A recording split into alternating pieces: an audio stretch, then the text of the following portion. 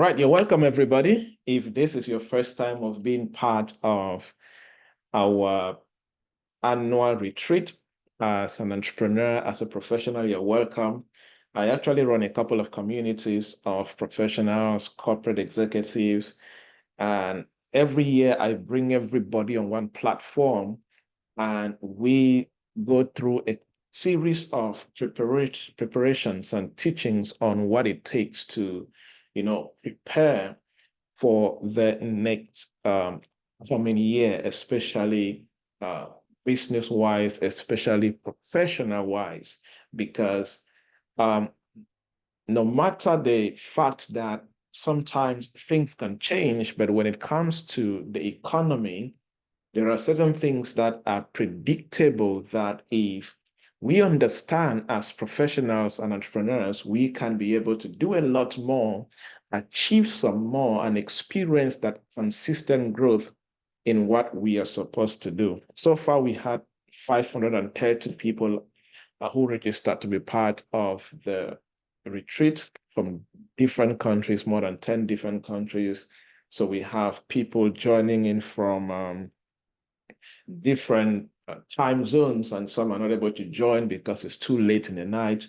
But of course, there is a system to ensure that people who registered and who missed it, they will be able to get the recorded session. But of course, it's better when you're live because you can always ask questions as we begin to go through this.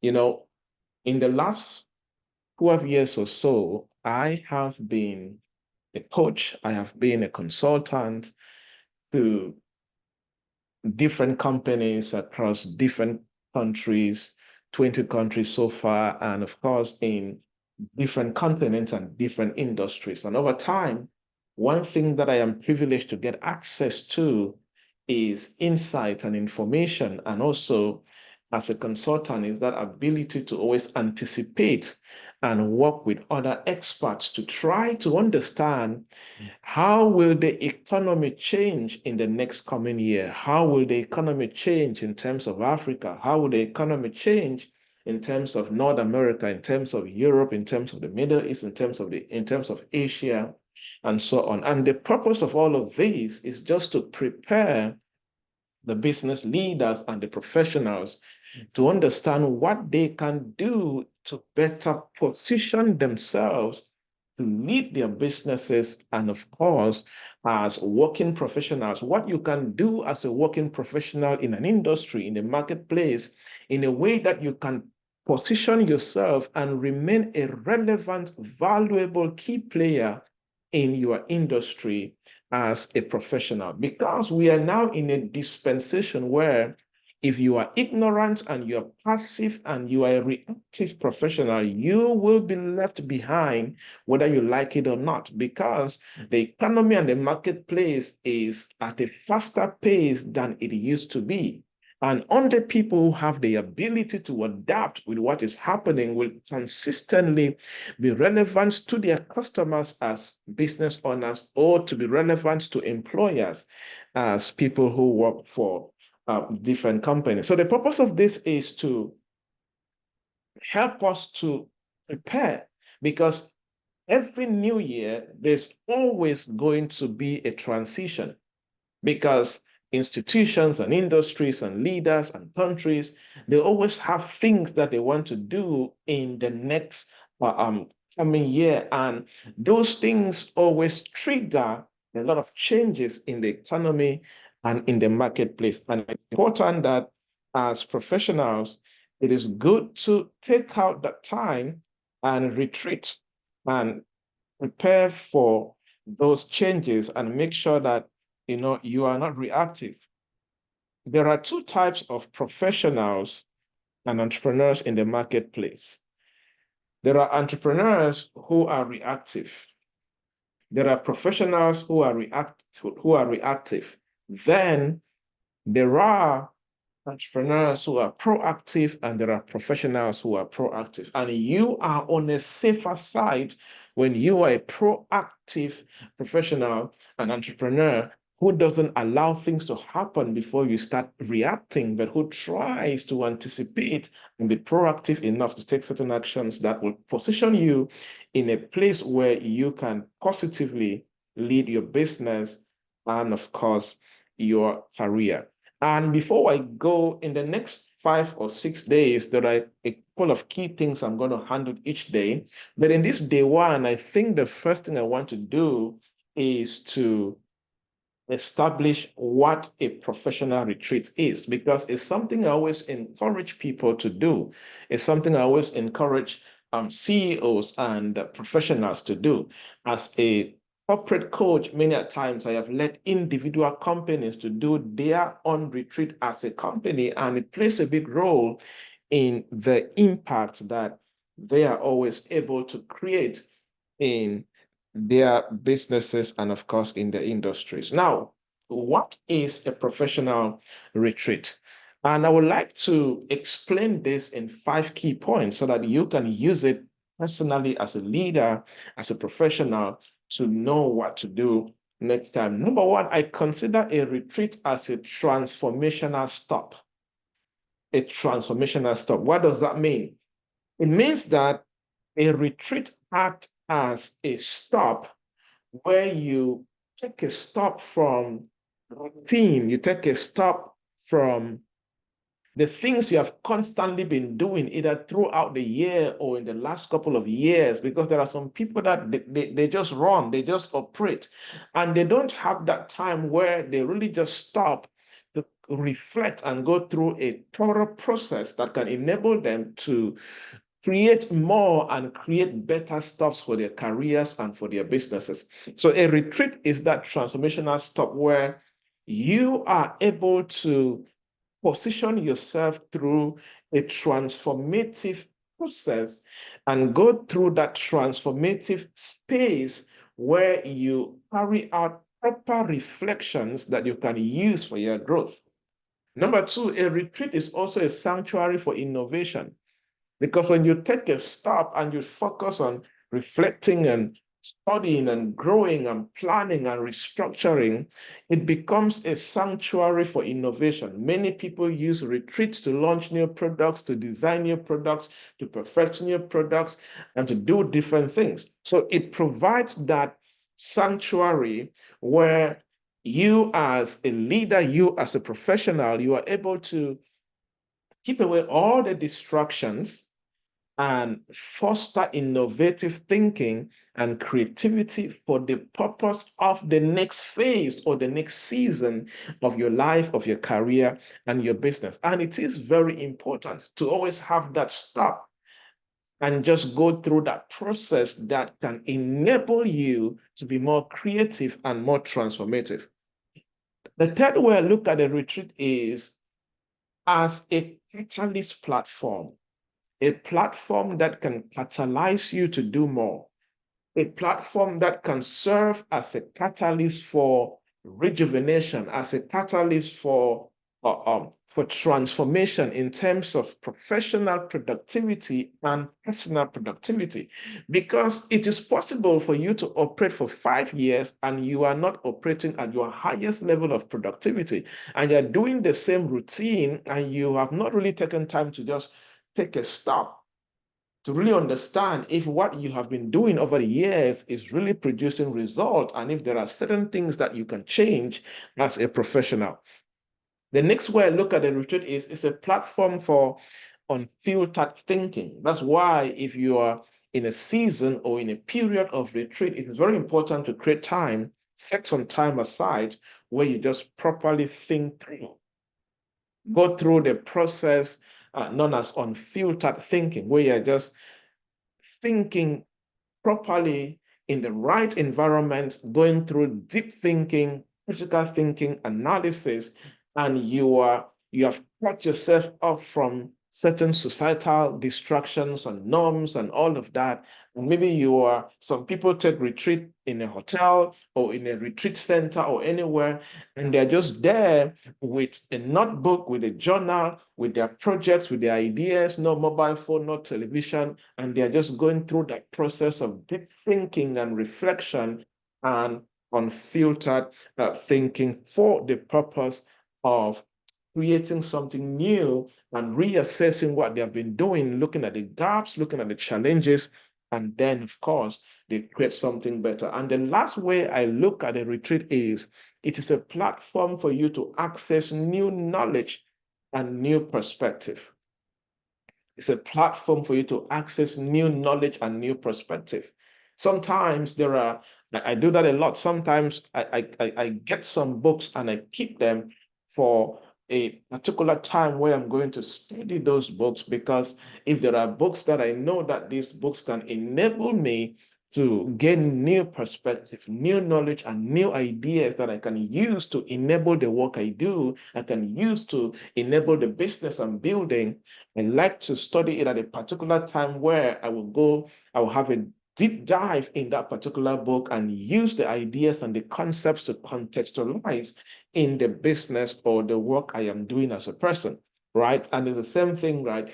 As we're doing this retreat, which of course, what we are doing where you come spend an hour plus here with me is just part of your retreat. For those who are members of the community and those who are here and I've been doing this end of year retreat for the last 7 years or so. And those who have been here for more than 1 or 2, 3, 4 years, I always tell you, the part where I'm speaking to you is just a small part of the retreat. But the big part of the retreat is what you do when you are alone, is the time that you create where you intentionally go through these things I am talking about, and you begin to make good use of that time and begin to prepare for what you are going to do. What are some activities you can do in a retreat? I've been talking about that, but to mention a couple of few, number one, do a digital detox. Minimize access to digital platforms, because they control and they contribute to the way you think. It is difficult for you to practice deep thinking and critical thinking when distractions and you're feeding yourself with all types of information that is not filtered. The quality of your deep thinking will always not be the best. And there's actually a research which says that people that spend a lot of time on social media platforms consuming all types of information that is not structured and not filtered, the quality of their thinking begins to depreciate over time. And that is very true. So it is important that, because social media, many a times, if you don't know how to filter what comes on your timeline, you will consume almost anything that anybody posts. And that affects you because everybody has what they call information diet. And there are some people that their information diet is so bad, is so terrible. It is not filtered, it is not structured. So some people, the first thing that they need to do, that's why there are some people that they are not very good when it comes to creative thinking, deep thinking, critical thinking, and all of these incredible ways that you can leverage and create amazing things, amazing products, and be different at the work that you do. You know, one of the ways that you can increase your ability to experience distinction, or you can increase your ability to stand out as a professional in whatever you do, is the quality of your brain, is the quality of your thinking. And it is difficult for you to operate a certain dimension of thinking when your information diet is poor, when you consume probably anything that comes your way. One time I was teaching the people in the Peak Performance Academy. Is a community of entrepreneurs that we run. And I was teaching them one time, and I was teaching them the framework that they should use when they go to bed and when they get up from bed. Because what your brain interacts with before you go to bed and what your brain interacts with when you wake up from bed contributes a lot to how your thinking becomes better. If you wake up from bed and the first thing that you touch is your phone, and you go online and you go on Facebook, TikTok, or whatever, and the first 1 hour of you getting up from bed, you're just consuming all of that nonsense, this is how it's going to affect the quality of your brain for the rest of the day. So it is better that when you wake up from bed, 1 hour after you wake up from bed, it is recommended for you to do only things that will increase you in value.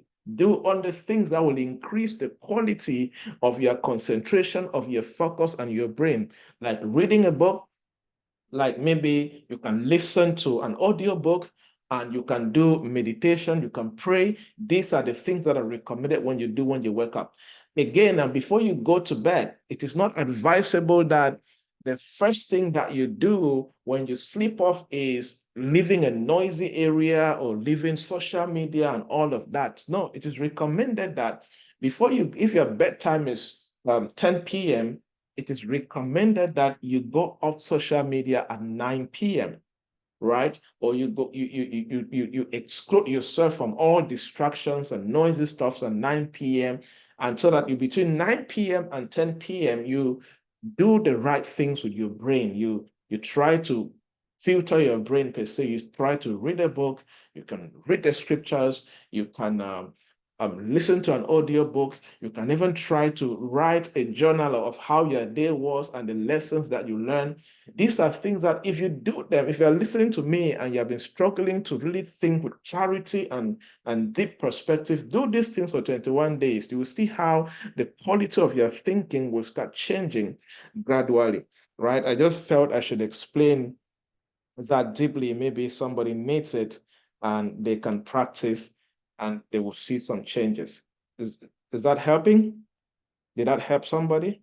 You can leave me. I know there are some people following on Facebook and on YouTube, but you can leave a comment on Facebook if I would like to get some feedback to be sure that we are on the same page, and those are here on Zoom.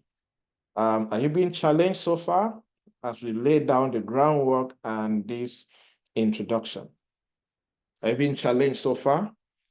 Good, good, good, good, good. All right, so I was talking about what are some activities that you can do during a retreat. So you need to do digital detox, right? I spoke about that extensively.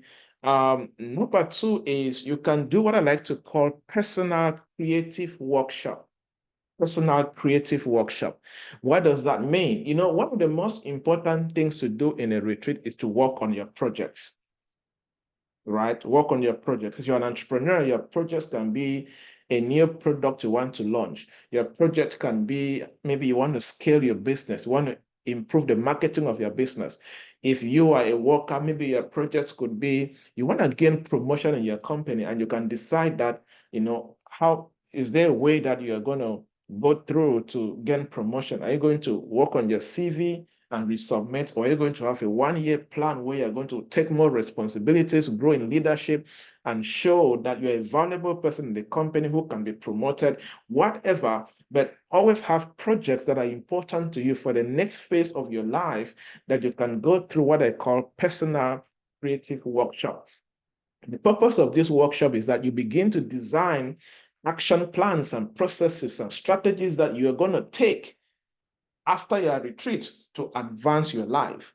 It's called personal creative workshop, right? So it's important that before you go into a retreat season, have in mind, okay, 2024 is coming. What are the major things in my life I want to achieve in 2024? You now turn that into projects where during your retreat in the morning, in the afternoon, in the evening, maybe after you study, after you pray, whatever you're doing, you spare some 2 hours or 3 hours just to work on your personal creative projects. And the purpose is to begin to break down each project. What is a project? You turn it into a goal. From that goal, you begin to build an action plan, you begin to build a strategy, you begin to identify the obstacles that you're going to face, and you begin to design the solutions to the obstacle, and you begin to write the names of people that can help you overcome the obstacle. You are creatively in a working session with you and yourself. You're like a one-man army, right? You're thinking in different dimensions and purposely making sure that you leave that retreat with a concrete action plan with projects that when you begin to execute, you will see how your life, your career, and your business will move forward. All right, after laying that foundation of what all of these are, and I hope that you're being challenged and you're picking up some things that you will do. The first thing I wanted to talk today was one of the most important skills that I strongly believe and encourage entrepreneurs and professionals to develop and grow in as we transition into the next coming year. Remember, the purpose of this retreat, where the first part of it is where I am teaching and training, is to share some 4 things that I believe that people should grow in and become good at, that will enable them to perform better in the next coming year, and of course, in the next coming years, of course, as far as career and business is concerned. So I want to talk about the skill of anticipation. The skill of anticipation. If there is one skill that I have extensively taught and coached clients in the corporate world to equip them to build great companies, is what I like to call the skill of anticipation. And based on where technology is coming from, and based on where we are right now in terms of digital transformation and technological advancement, and based on what is happening with the economy, when you begin to look at the African economy, Europe, America, wherever you are, one of the most important skills that anybody needs to have, whether you are a small business, you are a startup, you are leading a corporate structure, an NGO, whatever that you do, one of the most important skills that I think that as years go by, this skill will become more relevant and more critical, is the skill of anticipation.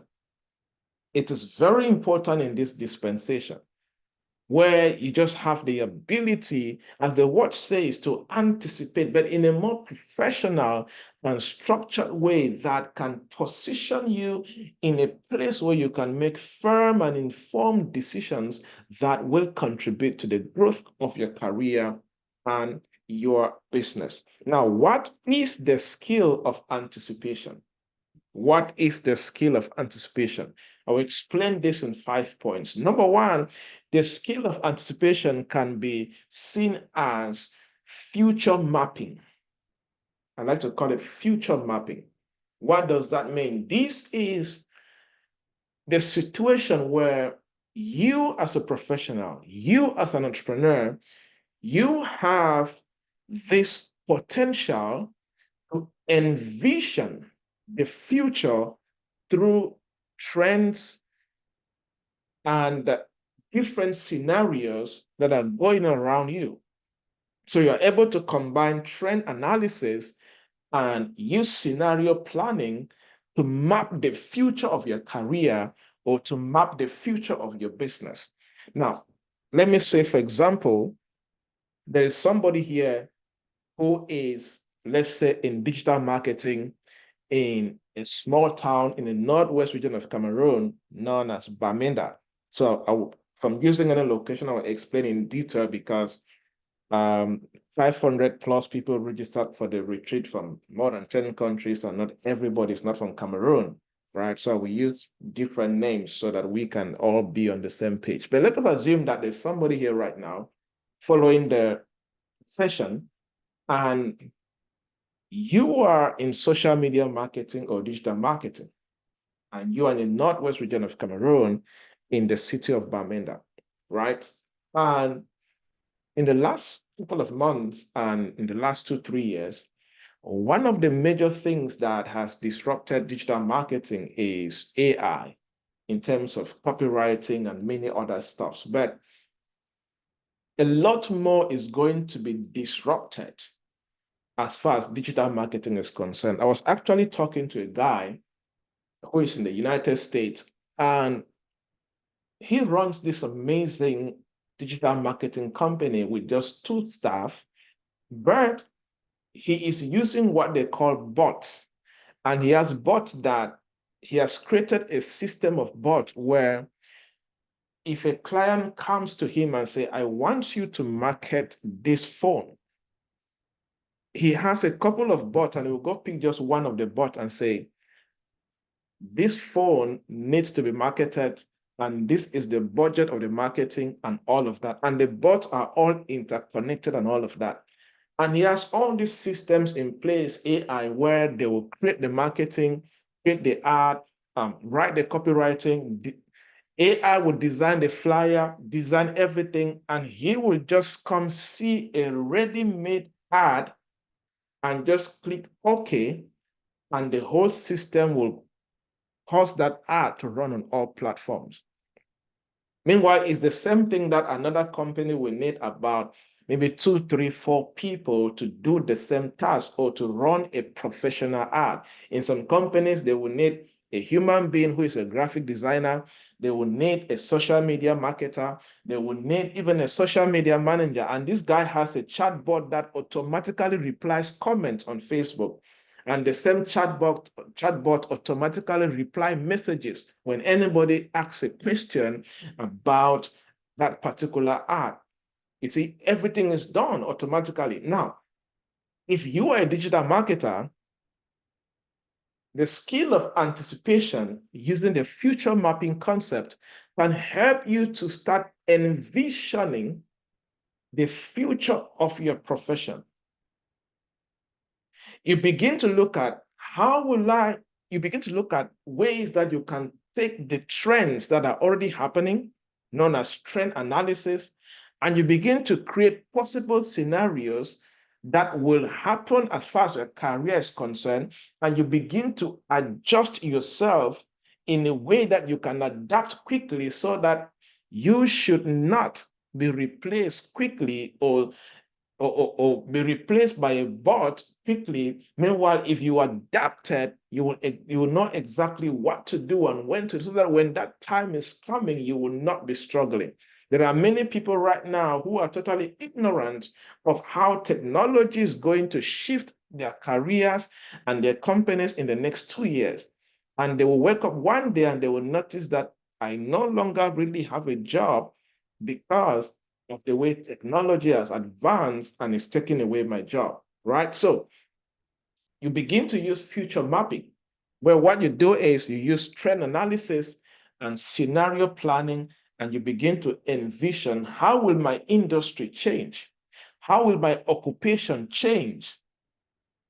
And how will I adapt and make sure I am still relevant despite this fast pace of change?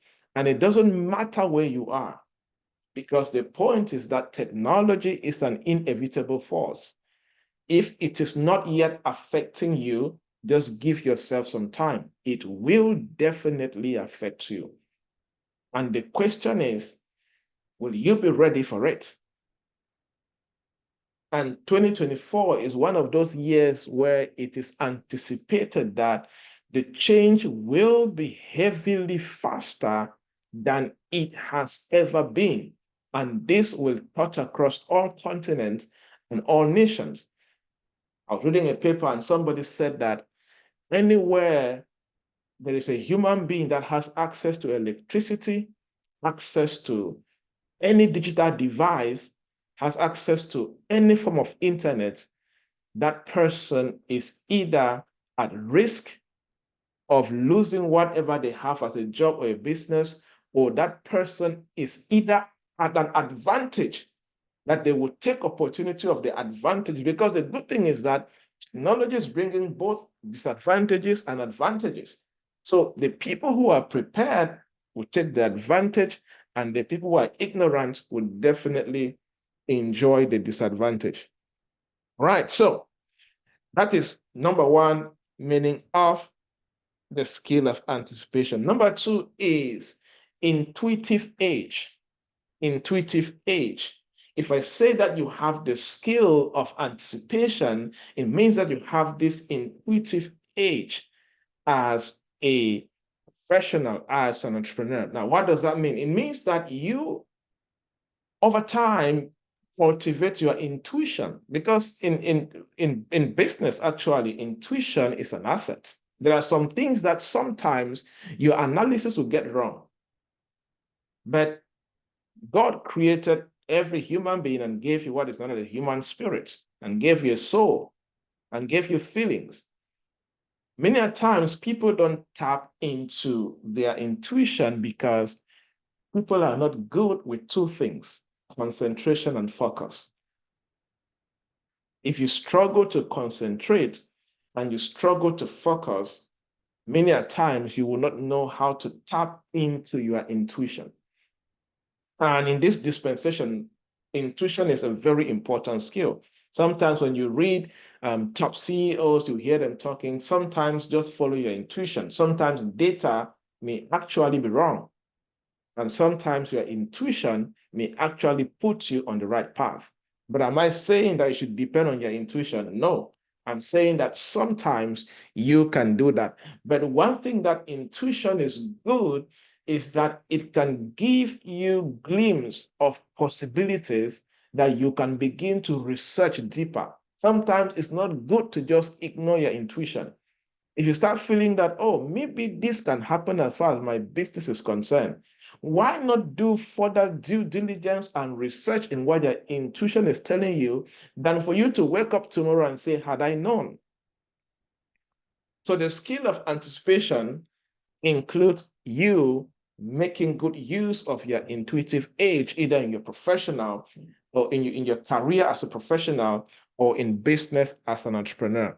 So it means you cultivate your intuition to a place where you can anticipate emerging patterns in the business landscape, in your professional journey as a worker, as a professional, and you go deeper to pay attention to what your sense of intuition is telling you so that you don't just allow that to go.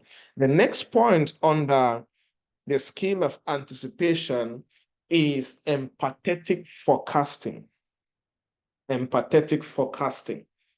Now, this is where you put yourself in the shoes of the person that you are serving. So if you are a business owner, you need to practice empathetic forecasting in this season, because we are in a time where consumer behavior is changing at a very fast pace.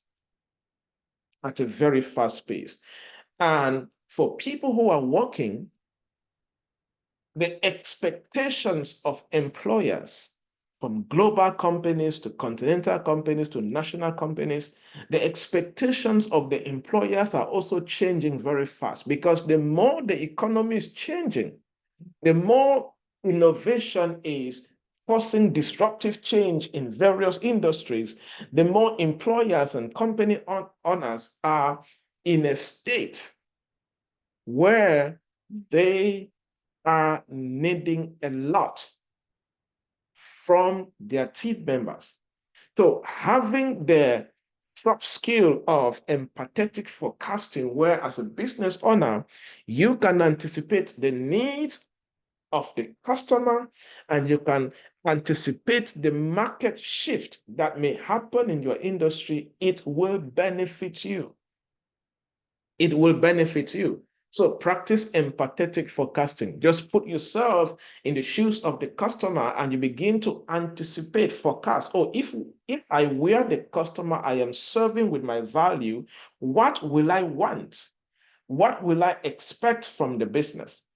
Sometimes just put yourself in the shoes of your supervisor or the company where you work in, and you begin to ask yourself, if I were the owner of this company, if I were the founder of this company or the CEO of this company, what kind of skills would I expect from my employees? And if you notice that you are lacking in that particular skill, you can do yourself the favor of getting a course and studying that particular skill that will improve your value as a professional in that space. Because the more skillful you are, the more relevant you are to the company.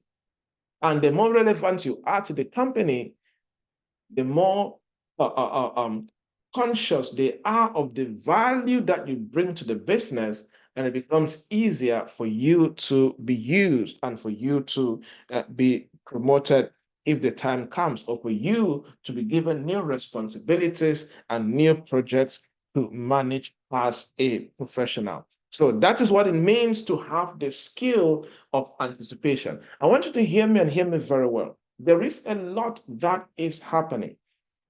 Throughout this year, I've had the privilege to sit in different committees and different commissions and different things here and there in different countries. But there is one thing I can tell you. A lot will happen in different industries across the world, especially in Africa, because everybody else is seeing Africa as that gold mine. There'll be a lot more companies coming to Africa. There'll be a lot more new innovative startups starting across Africa. But many a times the challenge will likely be in the talent that is available to harness these economic opportunities that we are definitely seeing. So how can you implement the skill of anticipation? And then we're going to take questions and we can round up for day one. How to implement the skill of anticipation? You're listening to me right now after getting the explanation of how important this skill is and what it is.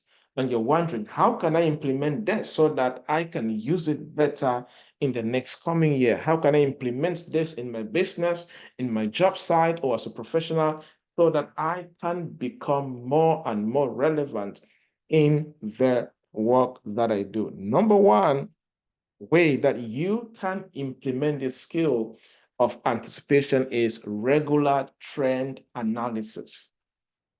Regularly analyze the trends in your industry.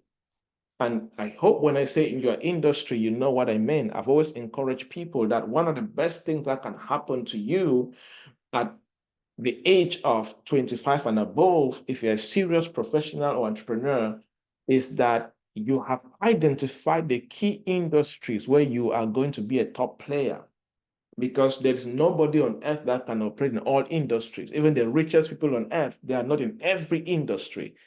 They are rich and they are successful because they are dominating in a particular industry.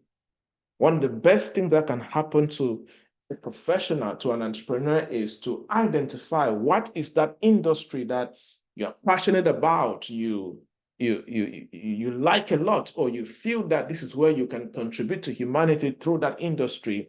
Pick that industry, stay in that industry, and make up your mind to become the best in that industry, either by running an institution in that industry or by becoming an industry captain as a professional in that particular industry. So the first way to implement the skill of anticipation is regular trend analysis in your industry. Let's say you're in agriculture and you're listening to me. That's your industry, whether you own an institution in the value chain of agriculture or you are a professional working in an agricultural company. If you are going to be relevant and you're going to take advantage of the opportunities that are available in the next coming years in that particular industry, you need to regularly analyze the trends in the agricultural industry. What are the trends? What are other stakeholders talking about? What are the leading research institutions in agriculture talking about? What are the latest innovation in agriculture? What do consumers want when it comes to food they want to eat? What are publications talking about? What are the news channels talking about?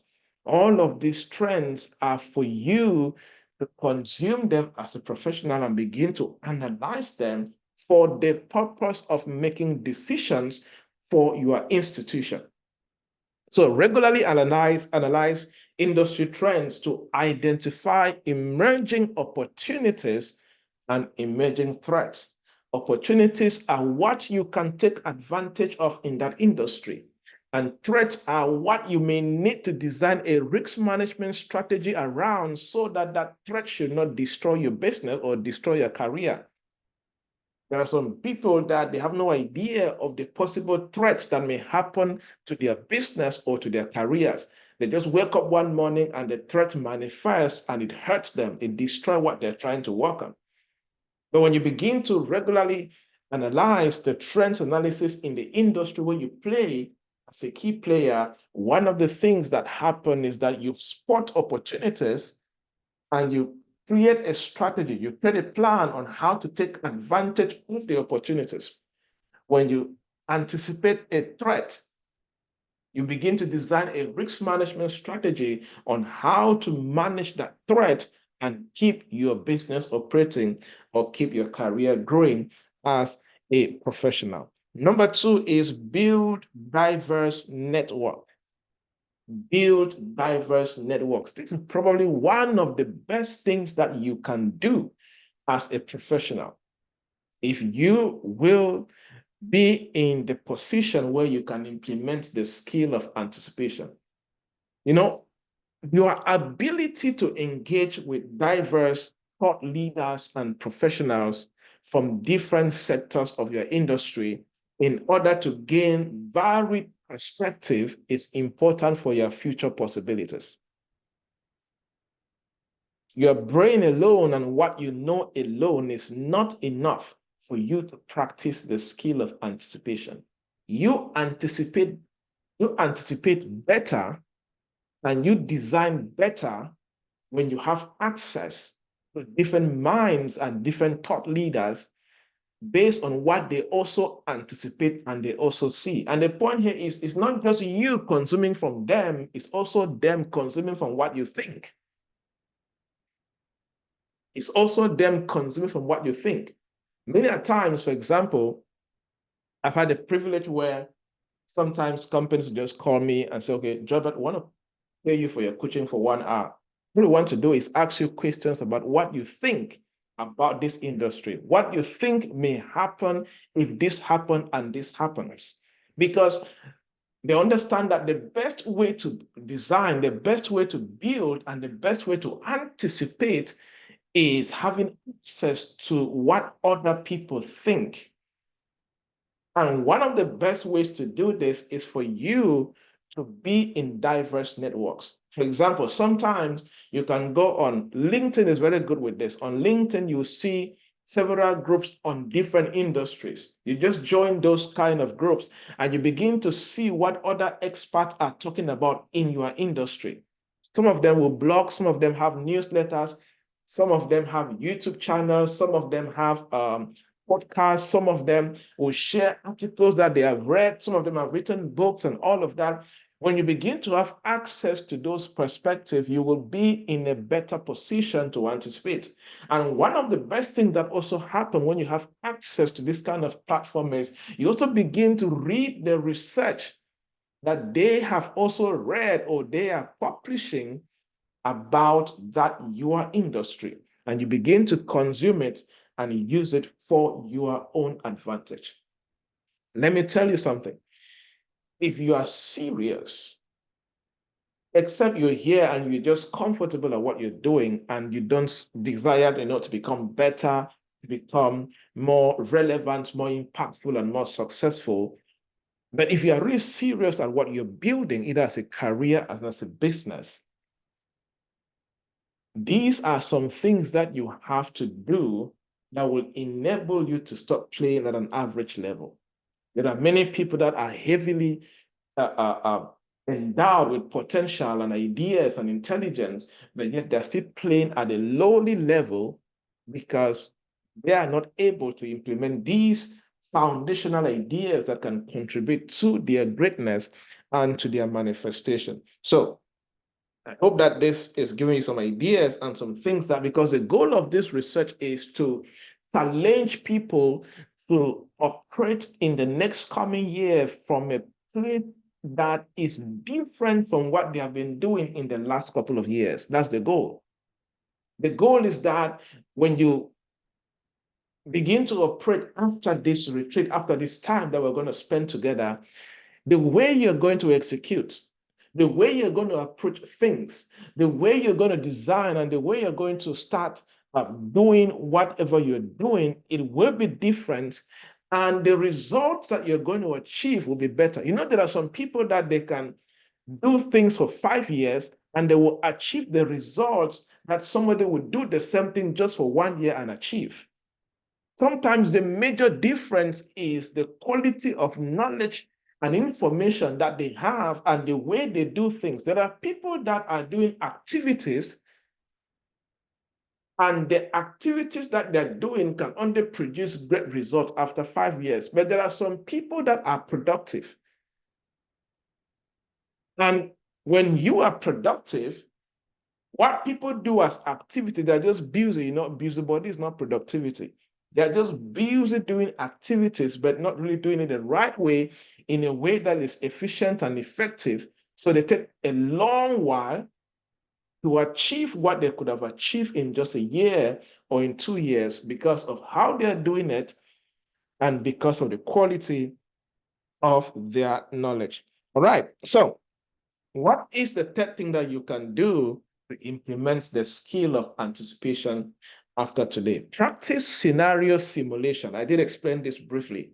Now, this is where you get to run simulations of different business scenarios to prepare for multiple outcomes. Now, for example, what are scenario simulations? Where you just try to anticipate, what if this happened? What if this scenario is in play? What are we going to do? What if this scenario is in play? What are we going to do? What if this possibility happens? What do we do? One of the best ways that you can prepare yourself for the future and be ready for what is coming is to run scenario simulation. It's either in your career or in your business. Let's take another example. Let's say there's an accountant following this session from Lagos, Nigeria, right? And you're wondering, what is the future of my career?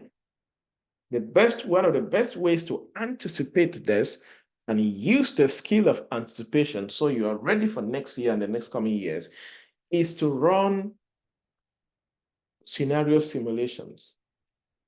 One scenario could be, what if there are more graduates and more experts in the accounting industry? What is going to happen? That's one scenario. What if a company launch a software next year, and that software can be able to do 95% of the work I do as an accountant? What will I do? What if the next coming year, companies decide that accountants are not really very important again, and they're going to merge the accounting role with the role of chief operations officer so that they can pay less workers and have one employee do the tasks of two people? What if that happens? Or the scenario can be in your favor. What if I partner with a software engineer and we build an accounting software that can automate most of the tasks that accountants are doing that can already be automated with the help of artificial intelligence and machine learning? You begin to create these scenarios and you begin to anticipate the possibilities that are aligned with these scenarios. This is one of the ways that people actually create very innovative ideas. This is one of the ways that actually scenario simulation, one of the ways that we use as consultants in companies to solve problems, right? So you can bring that into play. If you're listening to me right now and you're totally ignorant about the future of your industry or the future of the business you're building or the future of your career, go and practice scenario simulation and be ready, be prepared for it, so that you are not taken by surprise in the next coming year. There are some people listening to me that no external force is really going to destroy your business or make your business to struggle. It's just because some things are going to happen by a natural reason and because of carelessness, and you're going to find the business failing because you did not anticipate certain things that may happen and you did not take action in advance to sort it out or to pay attention to that. So use scenario simulation. Give me some feedback. Are you getting some points? People here on Zoom, are you getting some points? Are you being challenged so far? Good. Give me some feedback. All right. Awesome. People on Facebook, are we still brethren? All right. As we round up, if you have questions, you can prepare. As we round up with day one, as we lay the foundation for this, our 5 days of retreat and transformation. All right. Thank you for the feedback. All right. Good. So, what is the fourth way that you can practice the skill of anticipation in your career and in your business so you can shine so bright like a diamond? How do you call this? Strategic foresight. Strategic foresight. What does that mean? This is where you use the present insights to develop foresight as far as your career and business is concerned. In simple terms, you just do proper due diligence of where you are right now.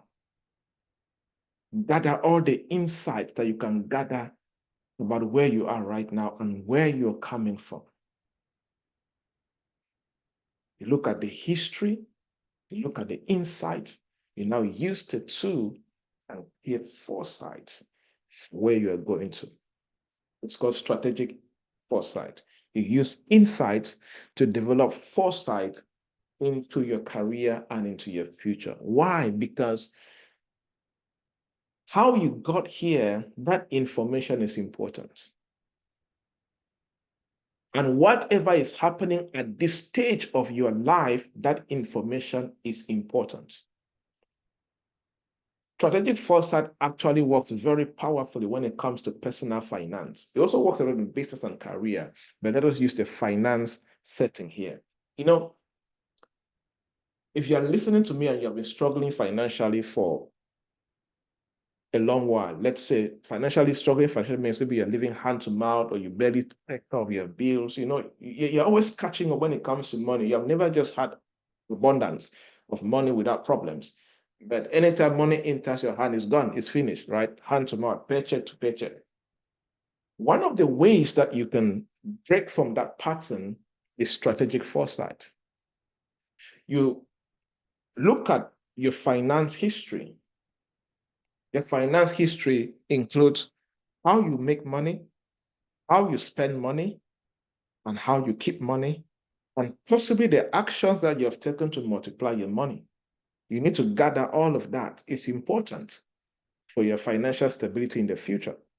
The next thing you need to do is, where are you right now financially? Financially, where are you right now? What is coming in as income?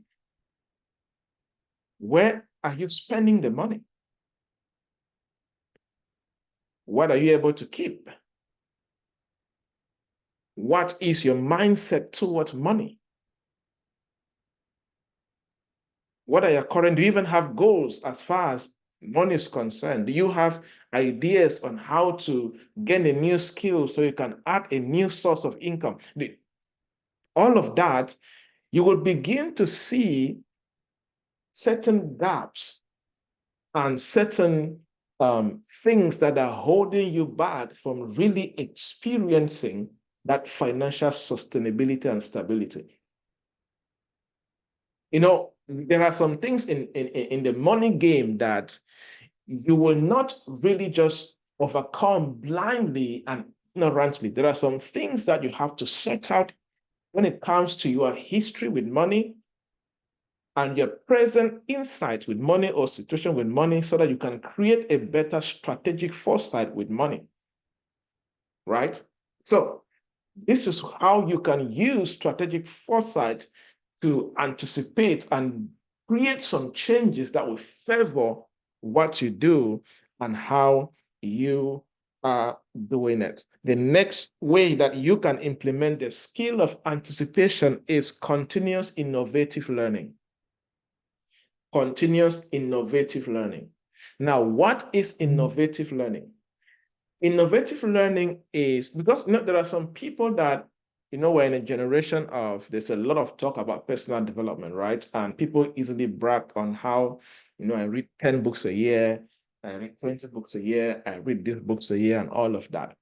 But I encourage what I created known as continuous innovative learning. I did it for myself first because I did not just want to just read anything. I wanted to have a structured information diet that when I consume that information, it is going to directly have an impact in the work I'm doing and in the future I want to build for myself. So innovative learning is that concept where you intentionally make sure that what you are feeding yourself with in terms of knowledge is what has the direct ability to create impact in what you're trying to build. And secondly, is when you intentionally make sure that you learn something new that has the possibility of being relevant in the future where you're going to, and especially something you have never learned before. For example, if you're here right now and you are in the field of marketing, for example, and you have read other books about marketing, you have read books on sales strategies, you have read books on marketing, books on customer persuasion, you have read all of these books on marketing. But now there is a lot that is happening in terms of marketing and AI.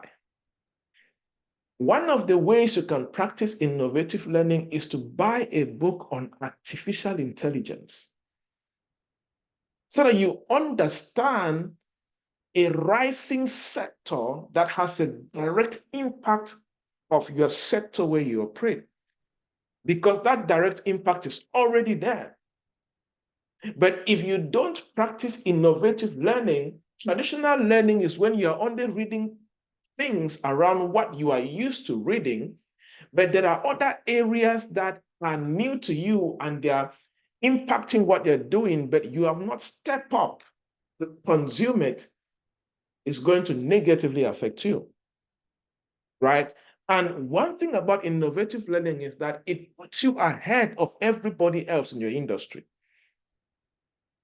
It puts you ahead of everybody else in your industry. Innovative learning helped me in 2017 or 18 or so, when I decided to do a course in India on robotic process automation, business analyst, robotic process automation, or RPAB or something. Because I anticipated and I noticed that where business consulting is going to and where business analysis is going to, in the next coming years, it will be impossible to analyze any business that is not having a big part of their operations in technology. So it is not just about knowing business strategies. It's not just about knowing all of these business concepts and designing them and all of that. There's a lot more in play. I started reading about all this robotics, started reading about a blockchain and stock things under blockchain like cryptocurrency and all of these things, digital transformation. And that was because of innovative learning. What else can I read that I am not used to, but has the direct impact to the work I'm used to doing? That way, you will be ahead of the curve as far as your industry is concerned. So there's somebody listening to me right now. One of the major things that you have to do in 2024 and the next coming years, if you're still going to be an industry player in your industry, is to practice continuous innovative learning. You are going to need that. And lastly, which is linked to continuous innovative learning, is continuous evolution. Continuous evolution. You need to keep on evolving, regularly update your understanding and strategies to stay aligned with the evolving landscape. That is the meaning of continuous evolution, where you make up your mind that you will regularly update. And that's where consuming that innovative learning comes in, because without innovative learning, continuous evolution cannot happen. You cannot understand what you have not studied. And you cannot strategize when the quality of your mental intelligence is below par or is weak. So if you are going to continuously evolve and be a key player and be a relevant person, I would like to say that one of the best things that can happen to any professional is to become so good and to become so relevant that nobody can ignore you. Many times people look for opportunities and they're looking for breakthroughs and open doors and this and that in different industries, but they have not grown to that place where the opportunities can actually come to them. In career and business, you attract opportunities. When you run after them, you will never get them. Why? Because in the marketplace, people pay for value. They don't pay for how tall you look or how fat you look or how beautiful or handsome you look. That passed long ago. People now pay for the value that you bring to the industry. So it is beyond just looking for opportunities. It is you going to that spot where you become so relevant and so valuable that opportunities cannot ignore you. And one of the ways to do that is to practice the skill of anticipation by leveraging these strategies I have explained to you in the next coming year. And I to you that is going to play a very big role in the work that you do as a professional and an entrepreneur. All right, that is what I have for us today in this day one.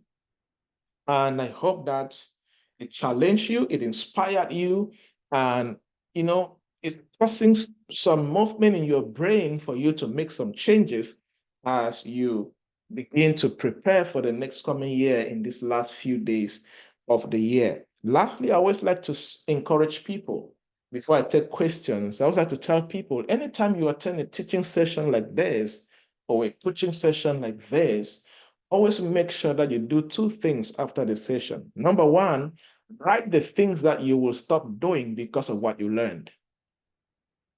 Based on the information and the knowledge you have gathered from here in the last 1 hour or so, what will you stop doing? Because many times there are certain things holding us back that we're still doing. And until you stop doing those things, you will not advance forward. And number two, what will you start doing because of what you have learned?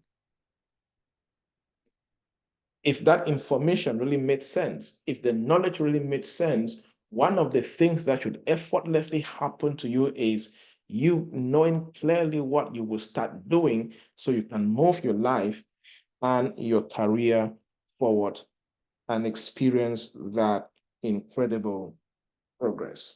All right.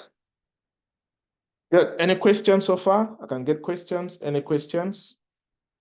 If you're here on Zoom, you can type your question in the chat box, or you can indicate and we put you on the mic to ask your question, and we're good to go.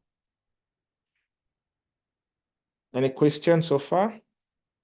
Raise up your hand and I'll give you, ask me a question at least. Ask me a question.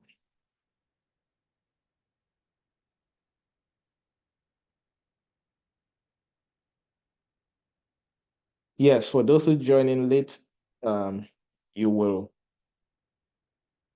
email the recording to the list, to the registration, and to the registration. So if you're on my email list, you will definitely receive the recording through email. All right. Let me check on Facebook if there are any questions so far.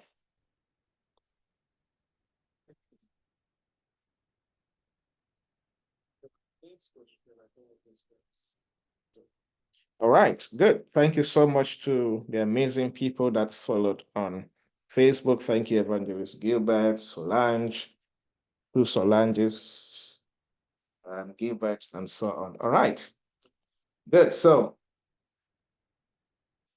all right, thank you for the comment and the feedback. This is just day one, and we will be doing this till, okay, there's a hand up. I see Joy Awuro. Good. Okay. Two more questions are coming in. All right, I see you. People, let me read some feedback here. One of my plans for next year is to build myself in the area of data analytics. Oh yes, this is one of the fields, one of the platforms that if you are wondering which career do I need to be in that will be relevant for the next 30 years, 40 years, whatever. Data analytics is one of those careers. Data is now the new oil, right? And there's high demand for data analysts. So please, how can I strategically place myself for more growth and development? Gain the required skills. It's one of data analytics is one of those fields where as long as you are good, you cannot be stranded. That I can tell you. I've worked a lot with different companies around the world. And one thing I can tell you is when it comes to data analytics, oh my goodness, as long as you are good, they will likely pay any amount just to have you. I've seen it happen over and over and over and over, right? So strategically place yourself for more growth and development by being in the places where you can upgrade your skills. Take the relevant courses.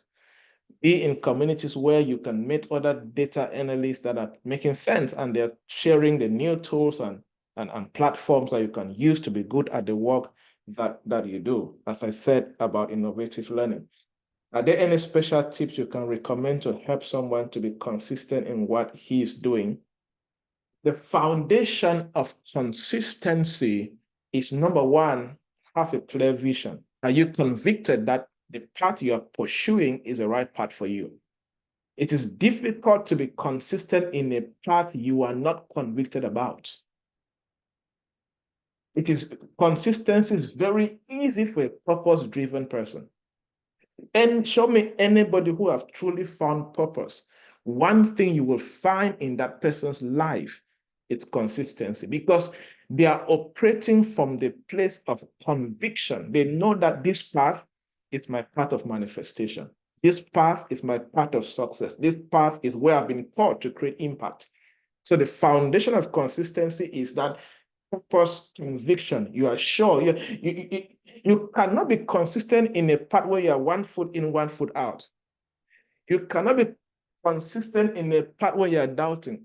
Will it work? It will not work. Will I succeed? I'm not sure. There is no way you can be consistent in that kind. That's the foundation of consistency. After that, self-discipline. Self-discipline. Self-discipline means that you do what must be done, whether you feel like it or not. When it comes to self-discipline, how you feel don't really matter. Whether you get it done, whether you're motivated or not motivated. When it's time for it to be done, shut the hell up and do it. That's self-discipline. You need that for you to be consistent, right? Those two things will help you a lot. All right, let me get okay, Joy said I have answered her question by answering another person's question. All right, that's good. Let me get to this great man, Edwin. Yes, Edwin, go ahead. Thank you very much, Doc, for the wonderful session today.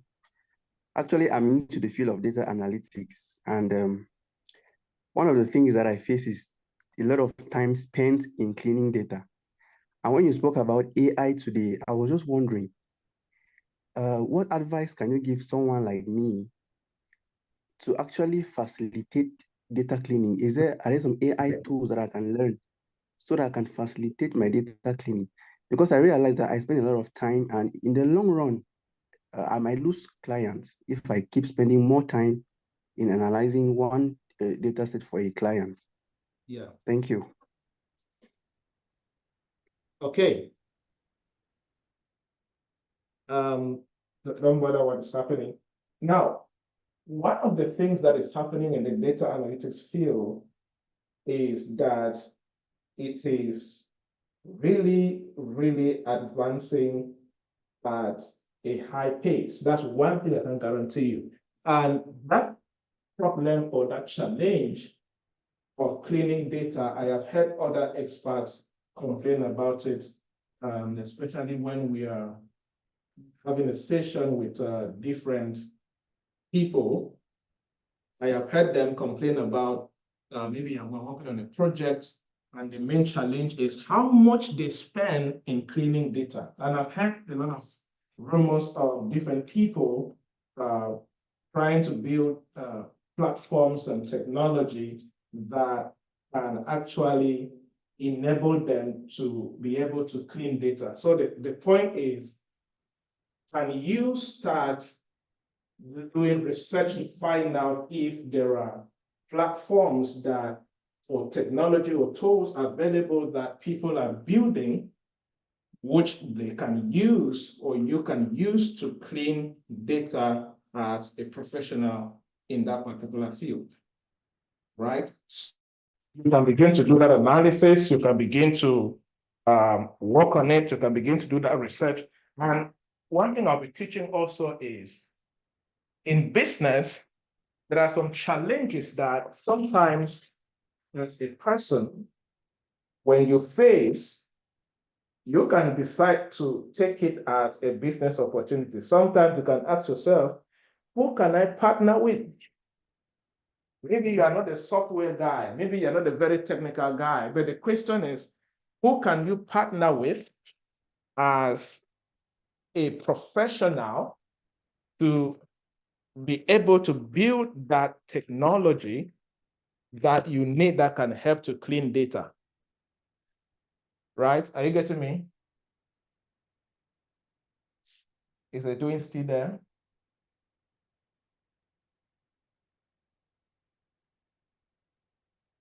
All right, so you can work on that. I hope that you're still getting me so far. Right. Yes, research and partnership will definitely help you. All right, I see another question in the chat box. Let me take Sonita and then I'll check our Facebook people if there are questions. Yes, Sonita, go ahead. Good morning, sir. Good morning, everyone. So you mentioned something about data analysis. You spoke about data analysis and you said it is something that if you're good at it, is going to pay well. Now I was thinking that, let's say you just an individual just has a high, like just has high school certificate, like just ended maybe with the advanced level or something, and then he or she wants to enter into this field. Yes. And maybe the person does not have like money to go to an institute for that, like a well-constructed building for that. What we advise a person to do? Should the person go for an online training? And if the person has to do that, sometimes to learn something like this and be best at it using just an online training, it can be a little bit, I don't know, difficult. So what do you have like an advice? Yeah, you answered your question yourself. Right? There are some things that it is a challenge to actually learn them that way. But sometimes when you don't have the means to do certain things, one of the best things to do is how can you leverage what is available to you and be able to build that career that you are talking about? Because there are some people that they will never have all the opportunities. They will never have all the resources to do what they want to do. But at some point, you begin to look at how can you leverage on what is already available so you can do and build your skills in a level where you can begin to take advantage of what is available. I mean, there are people I know that they do their best with these self-taught people. They depend only on YouTube and they watch videos and they discipline themselves to work so hard to learn as much as possible to the level they can even become entry level. Because one thing with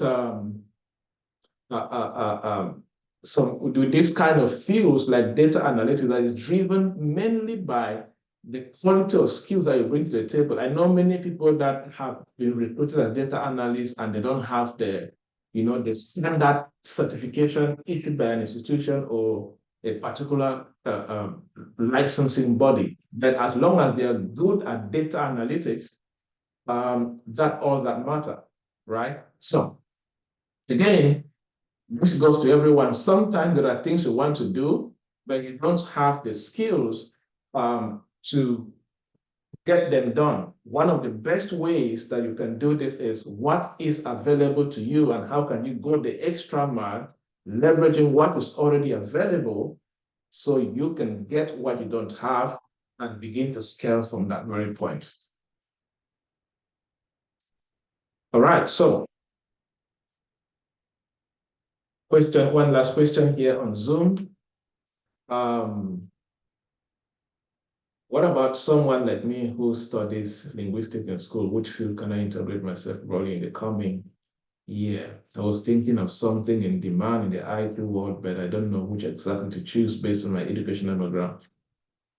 We have long really passed that time where you want to really pick up what you want to study based only on where you're coming from educationally. That age passed and is still passing, right? So, and the good thing now is schools are becoming very, very dynamic. Very, very dynamic in the way that they're no longer, years ago, they will emphasize that if you want to study this in masters, you must have this, you must have studied this in degree level and all of that. That is changing a lot in different institutions. And this is you putting yourself, trying to use your educational background to block your growth.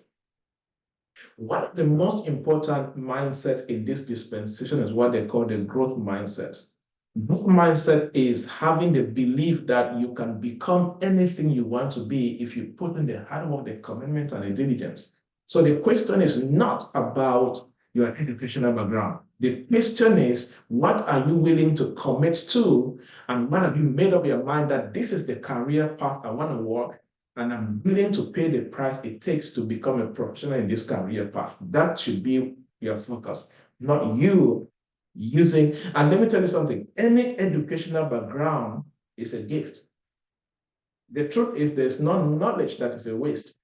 The challenge is many people don't know how to contextualize the knowledge they're acquired or how to leverage the knowledge they have and sync it up with something else to create more value for themselves, for the organizations, and for the society.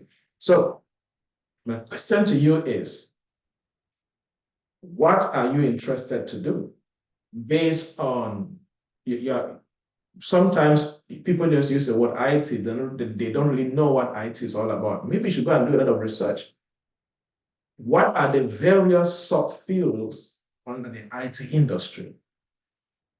Look at those subfields, read them in detail, and you will start seeing some that can align with your passion, with your interest, or with your skill set, or where you're coming from, or you can just see something totally new. There's a lady who is doing cybersecurity right now. She has no background in IT, but she picked up interest in cybersecurity and she loved it, and she's now doing so well. I think, what is she doing? I think she has a BSc in a BA in history. Totally an art student per se, but now she has jumped into a totally fresh new career, right? So it's all about that willingness and that diligence to walk that particular path, and you taking an interest in a particular sector or a particular industry. All right. So far, so good.